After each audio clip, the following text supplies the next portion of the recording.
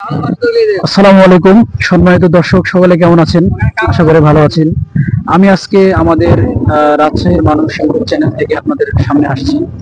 তো আজকে আমি রাজশাহীর মধ্যে একটি জায়গাতে আসছি। সুন্দর একটি প্রাকৃতিক পরিবেশ এবং এখানে দেখা যাচ্ছে এই পাশে নদী, এটাকে বলা হয় শিব নদী।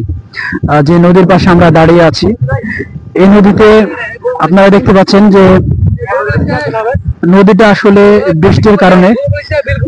অনেক বৃষ্টির কারণে নদীটা পানিটা একটু ওভার হয়ে গেছে, নদীটা ডুবে গেছে। এবং এখানে দেখুন কি সুন্দর নদীর পানি।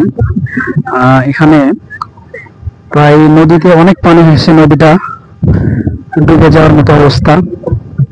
দেখুন মাঝখানে যত কারেন্টের পোল দেখা যাচ্ছে সবগুলো ডুবে গিয়েছে। এখানে অনেক মানুষের অনেক আবাদ ছিল, সবগুলোই ডুবে গেছে।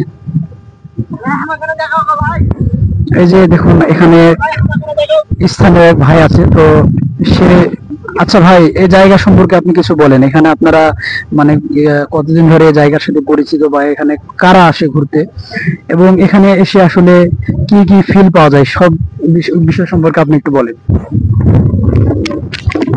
ভাই এটা ফিল টিল কিছুই পাওয়া যাবে না, কারণ দোকানপাট নাই।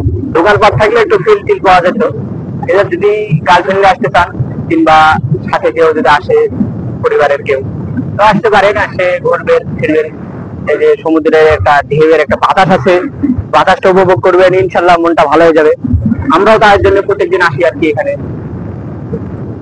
এখানে ছোটবেলা থেকে আসতাম, এখন বড় হয়ে আসি।